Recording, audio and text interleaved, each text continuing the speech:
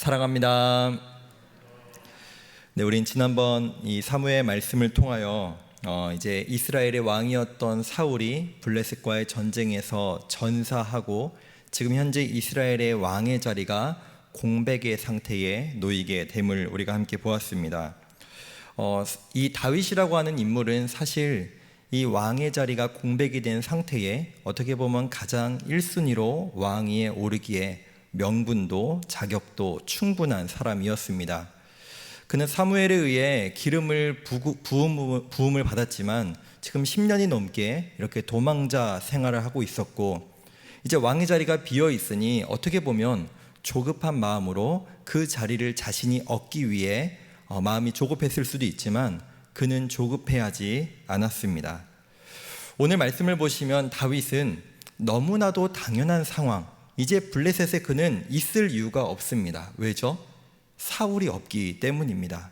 그럼에도 불구하고 다윗은 오늘 2장 1절의 말씀을 보시면 하나님께 여쭈어 아뢰되 내가 유다로 올라가리까.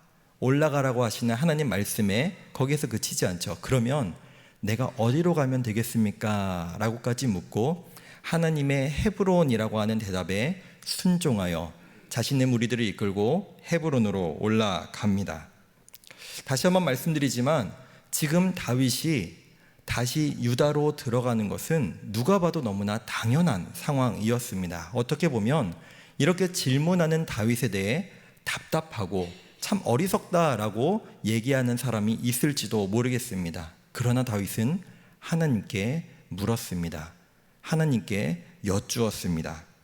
그렇게 하나님은 그 하나님의 인도하심을 따라 그를 헤브론으로 보내시는데요, 이 하나님께서 헤브론으로 인도하시는 데에도 이유가 있었습니다. 먼저 헤브론은 도피성입니다. 이것은 다윗이 범죄하였기 때문에 그가 도피성으로 숨어야 된다는 것이 아니라 아직 남아있을 사울의 추종자들, 다윗을 해하려고 하는 무리들이 있을지 모르기 때문에 다윗이 그것에 안전하게 대피할 수 있게 하셨던 것이죠. 뿐만 아니라 이 헤브론은 레위인들에게 배분받은 지역입니다. 즉 하나님의 말씀과 더욱 가까이 있을 수 있도록 하셨고, 뿐만 아니라 이 헤브론은 갈렙이 이전에 정복하여 지배하던 땅입니다. 갈렙은 유다 지파이죠. 즉 유다 지파인 다윗이 유다 지파 사람들에게 지지를 얻어 안전하게 지낼 수 있도록 하나님께서는 이 다윗을 헤브론으로 보내신 것입니다. 그렇게 다윗은 이 유다 헤브론 지역에서 유다 지파 사람들에 의하여 옹립을 받아 유다 지파의 왕으로 세워지게 됩니다. 그렇게 7년 6개월을 이 헤브론에서 왕위에 올라 있게 되는데요, 그런데 그런 다윗에게 누군가가 이런 보고를 합니다. 사울 왕을 장사 지낸 사람들이 바로 길르앗 야베스 사람들이다. 이 다윗에게 보고한 사람들의 의도가 무엇이었는지는 사실은 정확하게 알 수 없습니다. 왜 이것을 굳이 다윗에게 보고하였는지, 그냥 정보 전달일 뿐인 건지 아니면 어떠한 의도를 가지고 이것을 보고하였는지 정확하게는 알 수 없습니다. 그러나 우리는 한편으로는 생각해 볼 수도 있을 겁니다. 이것에 어떤 의도가 있을지도 모른다. 그동안 권력자가 아니었던 다윗이 이제 왕위에 오르고 권력이 생겼을 때 지금까지 이 다윗을 지독하게도 괴롭혔던 사울을 장사 지낸 사람들에게 당신은 어떻게 해야 되겠습니까? 라는 우리는 합리적인 의심과 추측을 해볼 수 있을 것 같습니다. 왜냐? 지금까지 다윗을 도왔던 많은 사람들은 사울에게 응징과 보복을 당해왔기 때문이죠. 그러나 다윗은 그들을 응징하지 않습니다. 오히려 그들에게 전령을 보내어 이렇게 얘기를 하죠. 너희가 사울에게 은혜를 베풀었으니 하나님께서도 너희에게 은혜를 베푸실 것이다. 이 판단도 결국에는 자신의 감정, 자신의 상황, 자신의 어떤 그 기억들에 사로잡혀서 생각하고 판단하는 것이 아니라 하나님의 중심으로 하나님의 은혜가 너희 가운데 있을 것이다 라고 하며 그들을 격려합니다. 다윗이 7년 6개월 동안 이 유다의 왕으로 세워진 동안 많은 사람들이 다윗에게로 나오기 시작합니다. 역대상 12절은 이렇게 기록하고 있습니다.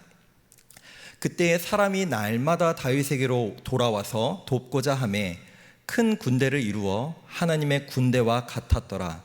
싸움을 준비한 군대 지휘관들이 헤브론에 이르러 다윗에게로 나와서 여호와의 말씀대로 사울의 나라를 그에게 돌리고자 하였으니 그 수요가 이러하였더라. 다윗이 유다 지파의 왕으로 세워져 통치하는 동안 수많은 사람들이 군대를 이끌고 다윗에게로 옵니다. 그리고 오늘 우리가 읽은 23절 이후 24절에서 37절까지를 보시면 얼마나 많은 사람들이 다윗에게로 나왔는지를 우리가 볼 수 있는데요. 그 수를 제가 한번 계산기로 두들겨 보며 계산을 해보니 33만 9,822명. 이것은 단순한 사람들의 수가 아니라 군대 수입니다. 한 지파의 왕이었던 이 다윗이 지금 어떻게 보면 이스라엘 전체의 군대를 거느리는 듯한 왕의 모습으로 세워지고 있는 것이죠.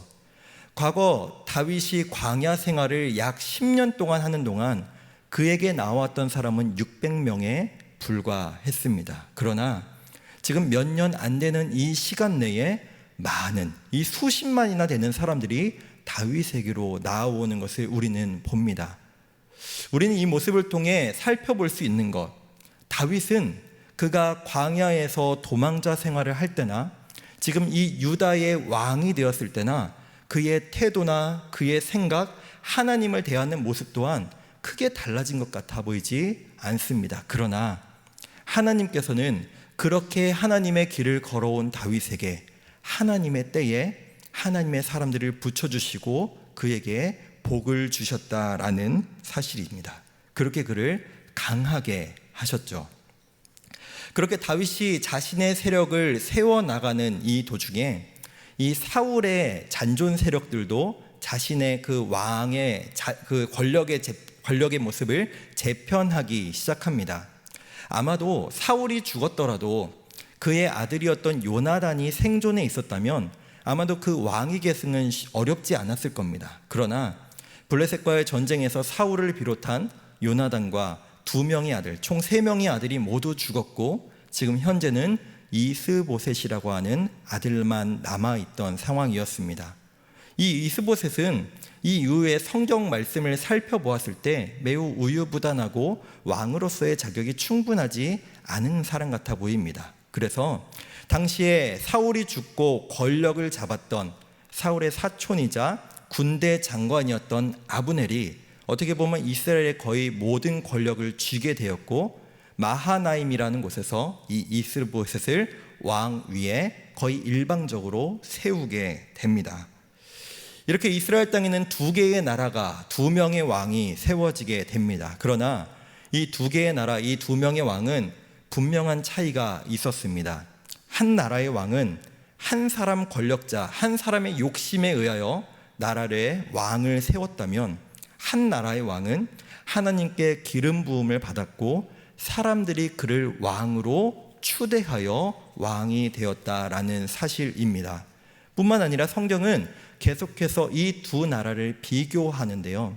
우리가 읽지 않았지만 2장의 중반절 전체 부분을 보시면 이 유다와 이스라엘의 전쟁에 대해서 기록하고 있습니다. 요압이 이끄는 이 유다의 군대와 아브넬이 이끄는 이 이스라엘의 군대가 전쟁을 했는데 그냥 간단하게 정리를 해드리면 요압이 이끄는 남유다의 군대가 아브넬이 이끄는 이 이스라엘의 군대를 큰 승리로 이겨버리게 됩니다. 그러니까 이 사무엘서 전체는 이 전체의 상황들을 이 한 절의 말씀으로 정리해 버립니다. 우리 3장의 1절의 말씀을 다시 한번 보겠습니다.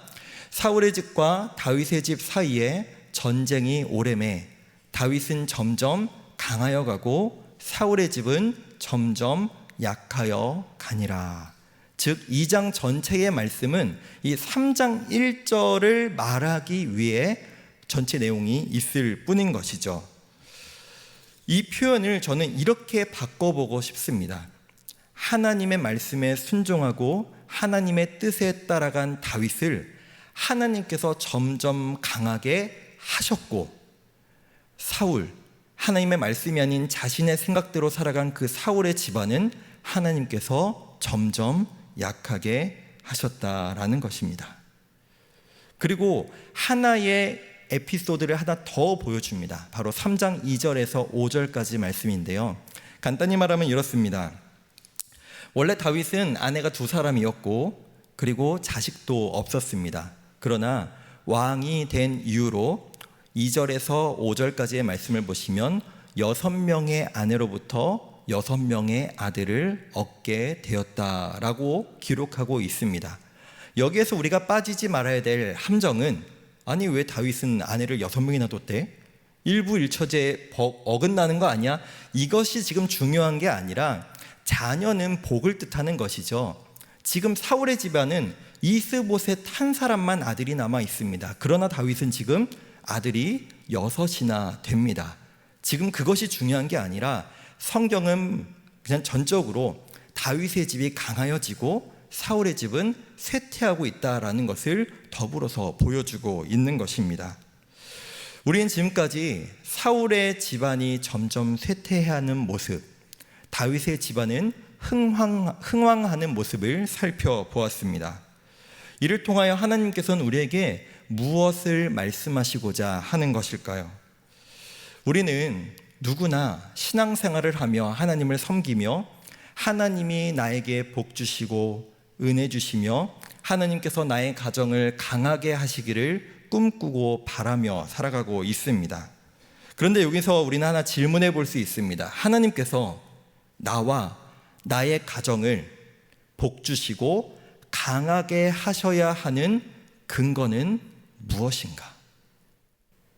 왜 나의 가정을 강하게 하시고 복 주셔야 하는가라고 하는 생각을 우리는 해볼 수 있습니다. 물론 은혜를 주시고 복을 주시고 강하게 하시는 것은 전적인 하나님의 선택이고 하나님의 일하심입니다. 그런데 오늘 우리는 다윗과 사울의 집안의 비교를 통하여 답을 얻을 수 있습니다. 다윗도 사울도 하나님께서 기름 부으신 사람입니다. 그러나 그 2사람이 기름 부음을 받았다는 그 근거가 그 2사람이 동일하게 복 받을 수 있는 근거가 되지 않는다는 것을 우리는 말씀을 통해 봅니다. 즉 사울도 기름 부음 받았고 다윗도 기름 부음 받았으니 둘 다 복 받을 거야, 이것은 정확한 표현이 아니라는 것이죠. 기름 붓는다는 것은, 하나님께서 기름 부음 받게 하신다는 것은 하나님께서 그를 부르셔서 사용하신다는 것입니다. 그러나 사울은 하나님께서 그를 기름 부으셔서 그를 사용하고자 하셨지만 그는 하나님보다 자신의 생각과 자신의 판단, 자신의 욕심이 우선인 사람이었습니다. 뿐만 아니라 다윗도 사울도 하나님께 제사하는 사람이었습니다. 그러나 사울은 이 제사를 자신의 뜻을 이루기 위해, 그리고 내가 해야 하는 때에 내가 하고 싶은 것을 이루려고 하는 것이 바로 제사였죠. 하나님께서 내 삶 가운데 나에게 칼을 들고 찾아오는 적군이 내 눈앞에까지 찾아왔을지라도 하나님께서 기다려라 라고 하시면 기다려야 하는 것이 바로 하나님의 사람의 모습이지만 사울은 기다리지 못했습니다. 하지만 다윗은 눈앞에 원수가 있음에도 불구하고 2번이나 자신의 칼을 거두는 모습을 우리는 발견할 수 있습니다. 우리 또한 살아가면서 이런 생각을 해보지 않나라는 생각을, 이 말씀을 묵상하며 돌아봤습니다. 내 생각과 나의 삶의 모습은, 나의 신앙생활의 모습은 사실은 다윗보다 사울에 가까운데 내 생각이 우선이고 내 판단이 우선이고 내가 하고 싶은 대로 살아가는 것이 우선인데, 마치 사울과 같은데 정작 우리는 다윗과 같은 복을 얻기 원합니다 라고 하나님께 부르짖고 있는 것은 아닌가라고 말입니다. 우리 중에 하나님께서 나를 사랑하십니다. 하나님께서 여러분에게 복 주기 원하십니다. 하나님께서 여러분의 아픔을 만져주십니다. 하나님이 여러분을 위로하십니다 라고 하는 이 메시지를 듣기 싫어하는 사람이 어디 있겠습니까? 저도 마찬가지고요. 그러나 한편 우리는 제대로 살아야 된다, 똑바로 살아야 한다, 회개해야 한다, 정신 차려야 된다, 하나님 바라봐야 된다, 헌신해야 된다라고 하는 이런 메시지는 듣기 불편하고 마음 어려워하고 있지 않은지라는 마음이 들었습니다. 내 마음대로 살아도 하나님께서 나 사랑하시니까 나에게 복 준다, 분명 복 주실 거다라고 우리가 생각하고 살아간다면 사울이 왜 하나님의 복을 받지 못했을까요? 그 원리대로면 사울도 마음대로 살았지만 하나님의 복 받아야 되는 것이 마땅한 것 아닐까요? 그러나 우리가 말씀을 통해 확인했듯 사울의 집은 점점 쇠하여 갔습니다. 사랑하는 성도 여러분, 우리는 하나님이 복 주시는 인생, 하나님이 점점 강하게 하시는 우리의 가정과 우리의 인생을 살아가기 위해 하나님 앞에 복 받을 만한 자리에서 복 받을 만한 모습으로 살아가야 할 줄 믿습니다. 내 생각, 내 판단, 나의 주장, 그것 잠시 내려놓고 마치 다윗과 같이 너무나 당연한 것이지만 하나님 어떻게 해야 하겠습니까? 하나님 어디로 가야 하겠습니까? 라고 물을 수 있는, 그렇게 철저하게 하나님의 뜻 따라 하나님의 인도하심 따라 살아가기에 힘쓰는 모습, 그것이 바로 하나님께서 복 주시고 강하게 하실 인생인 줄 믿습니다. 말씀을 맺겠습니다. 오늘 말씀의 원리는 너무 간단합니다. 지금 이 자리에 나오신 분들 중에 이 말씀의 내용과 이 원리에 대해서 모르시는 분이 누가 있을까요? 그러나 우리는 너무나 쉽게도 다윗과 같은 인생이 아니라 사울과 같은 인생을 살아가며 다윗의 복을 받기 원하는 그런 참 어리석고 하나님 보시기에 불경한 모습과 신앙생활을 하고 있는지 모릅니다. 우리가 그저 내 뜻대로 살면서 하나님 이해해 주세요, 하나님 위로해 주세요, 하나님 받아주세요 라고 고백하고 그것만 주장하는 우리의 모습이 아니라 주님, 내가 주의 말씀대로 살기를 원합니다, 주의 뜻대로 살아가기를 원합니다. 그 가운데 주님께서 결국 내 인생을 강하게 하실 줄 믿습니다. 그 믿음으로 살아갈 수 있는 저와 우리 모두가 성도님들 되시기를 간절히 소망합니다.